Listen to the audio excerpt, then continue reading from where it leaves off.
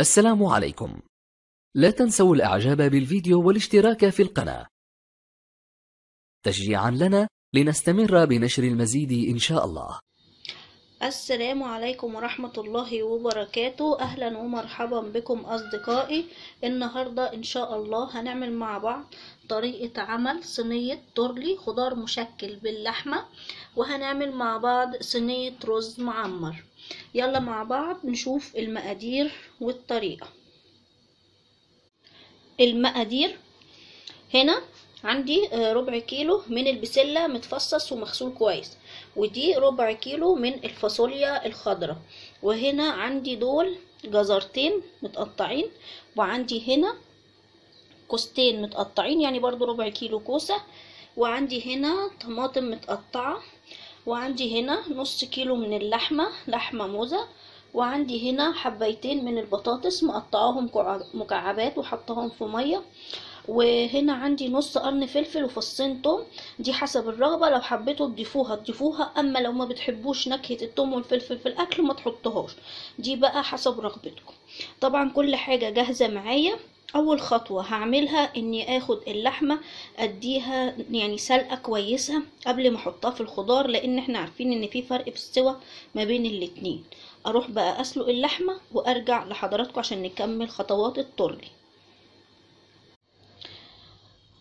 وهنا انا حطيت الخضار بتاعي كله على بعضه وقلبته كويس وعملته ميكس مع بعضه كله.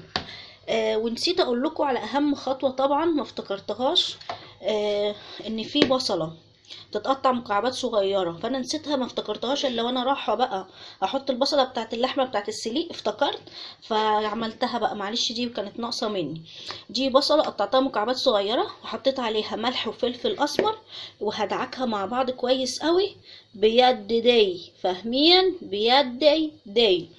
وعندي هنا اللحمه استوت، طلعتها وقطعتها مكعبات صغيره. هاخد اللحمه هضيفها على الخضار علشان اقلبها معاه، وهدعك دي بايدي. وبعد ما تخلص هنا الفص توم والفصين توم والفلفل الاخضر اللي انا كنت قايله عليه هحط عليهم، ودي طماطم ضربتها في الخلاط. هنا قلبت اللحمه مع الخضار كله كده كويس كده عشوائي، وعندي البصله اهي دعكتها كويس بايدي بالملح والفلفل، احطها بقى ايه عليهم واحط ده. مين مركز معايا؟ حط ايه ده، محدش ينسى حاجه، متعملوش زيي. حطيت بقى البصل والثوم والفلفل، قلبت كله كويس قوي. جبت الصينيه بتاعتي غسلتها غسله محترمه، هنزل بقى الخضار في الصينيه بتاعتي. تمام، انا نزلت الخضار بتاعي اهو في الصينيه. هتلاقي بقى ايه حته لحمه طالعه فوق كده، بايدك كده ايه اتفسيها كده جوه الخضار عشان ايه تستوي. هتعملي كده بقى ايه مع كل حته لحمه، هتروحي جايه ضحكه عليها كده ودفسها كده تحت الخضار عشان تستوي كده، عشان تبقى تحت كده. تمام. حط بقى ايه الطماطم الجميله، الطماطم الجميله بتاعتنا. يلا يلا يا حلوه، كوتي كوتي، يلا. هتقولوا لي الطماطم هتنها على الوش كده، هقول لكم لا طبعا يا جماعه، انا لسه هزودها شوربه، اهدوا شويه. انا حطيت بقى في الخلاط بتاعي شوربه من اللي انا كنت سالقه فيها اللحمه عشان اخد بقى بقيه الطماطم اللي في الخلاط، وهزودها بقى هنا في الصينيه واقلبها كويس. تمام خلاص، انا خلصت وقلبتها كويس ودقت الحدوقيه بتاعتها، لقيت الحدوقيه بتاعتها مظبوطه. انا دلوقتي هحطها على نار البوتاجاز من فوق تغلي غلوتين، واول ما تغلي غلوتين هروح مدخلاها الفرن تكمل سواها. تمام، ولما تخلص هوريها لكم ان شاء الله. اهي وهي بتغلي اهي معايا على النار، هتغلي كده بتاع 10 دقايق. انا حطيت عليها من فوق معلقة سمنة، هتغلي كده 10 دقايق وبعد كده هدخلها الفرن عشان تكمل السوا براحتها. اللي عايز يغطيها يغطيها، اما بالنسبة لي هي كده حلوة بتستوي يعني. 10 دقايق بقى وهدخلها الفرن. وعملت الرز المعمر معاكم، فانتي هتظبطي وقتك بحيث ان الاتنين يخشوا الفرن في نفس ذات الوقت. يلا بألف هنا وشفا. دلوقتي بقى هنعمل ايه الرز المعمر. اول حاجة ان انا هجيب الرز بتاعي في الصينية او البرام اللي هعمل فيها، وعلشان الرز يطلع حلو ومظبوط هحط الرز في الصينية يوصل لعنده نصها، تمام، والنص التاني ده بقى اللي هيبقى سوائل. فدي الصينية بتاعتي اللي انا هعمل فيها، مليت نصها رز اهو وعايرته، ودلوقتي هروح انقي الرز كويس واغسله كويس وارجع معاكم تاني. تمام، انا غسلت الرز وصفيته كويس من المية، حطيته تاني في الصينية، حطيت عليه ملح ورشة فلفل اسمر، وحطيت عليه معلقة كبيرة سمنة، طبعا سمنة او زبدة او قشطة، يعني انت عايزاه دسم قوي هتروحي حاطة قشطة ودعك الرز بالقشطة. انا بصراحة ما عنديش قشطة فمش هوقف المرحلة يعني على القشطة. عندك زبدة هتتعجب الزبدة، انا عندي سمنه بلدي فعملت بمعلقه سمنه بلدي حسب المتاح عندك، عشان ما تطلعش واحده تتفلسف لي تقولي لا اصل ومش اصلي، يعني فاهمه.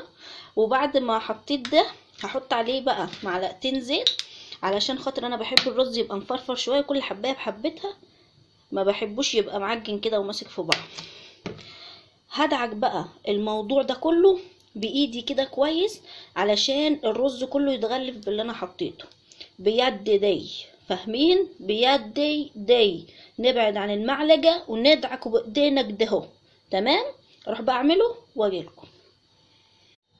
تمام يا حبايب قلبي، انا خلاص عملت الخطوه اللي قلت عليها اللي هي بتاعه الدعك بيد دي، شفتوني وانا بتكلم صعيدي. خلاص خلصتها وغلفت السمنه كويس والزيت كويس بالرز، حتى بصوا فيه لمعه كده حلوه. تمام، هروح جاي حاطه بقى ايه اللبن. تمام، وطبعا ايه عايزه تزود لبن تاني راح اجيب لبن تاني واجي ازوده. تمام، انا زودت اللبن بتاعي. تمام، بعد ما بعد ما زودته هقلبه بقى بالمعلقه كويس، بس انا مش عارفه اقلبه في الكاميرا عشان خايفه ايه يقع. طبعا اللي على الوش ده فلفل اسمر اللي انا كنت عامله بالرز عشان ما حدش يخاف، اللي مش عايز يحط فلفل اسمر ما يحطش، بس انا لما بحطها بصراحه بتديني طعم حلو في الرز وما بيبانش بعد ما بيستوي. بعد ما اخلص بقى تقليب بتاع الرز في اللبن هسيبه كده يتنقع ساعة عشان يديني نتيجة حلوة قوي. وفي يعني دي طريقة من كذا طريقة بتاعت الرز المعمر، بس دي واحدة يعني هتطلع لك طريقة سهلة ما فيهاش شغل كتير، وهتطلع لك الرز المعمر حلو ومستوي وجميل.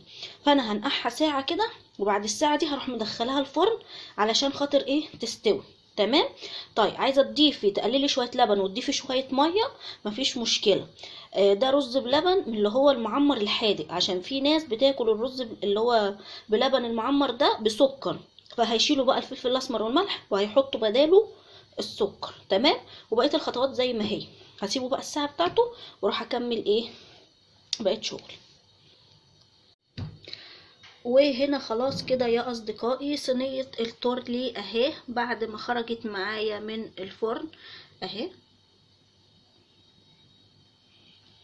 خلاص شربت كل الصوص بتاعها، وده جوه اهو من القلب بتاعها. حبيت اوريها لكم. ودي صينيه الرز المعمر طلعت معايا كده، لان انا في الاول ما حطيتش قشطه، اكتفيت بالسمنه واللبن بس. انما انتي لو عايزه وشها كله يبقى بني زي الحته دي هتدعكي الرز بالقشطه البلدي اللي هي بتاعت اللبن البلدي. كده خلاص يكون الفيديو بتاعي خلاص خلص، ودلوقتي هبتدي بقى اروح احط الاكل علشان نتغدى. يلا اتفضلوا معانا. يا رب تكون الوصفة عجبتكم. اشكر متابعة حضراتكم واستأذنكم. السلام عليكم ورحمة الله وبركاته.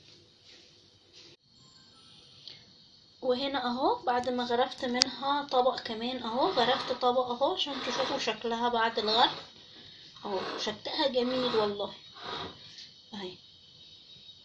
ده الشكل النهائي لما تقدميه في الاطباق.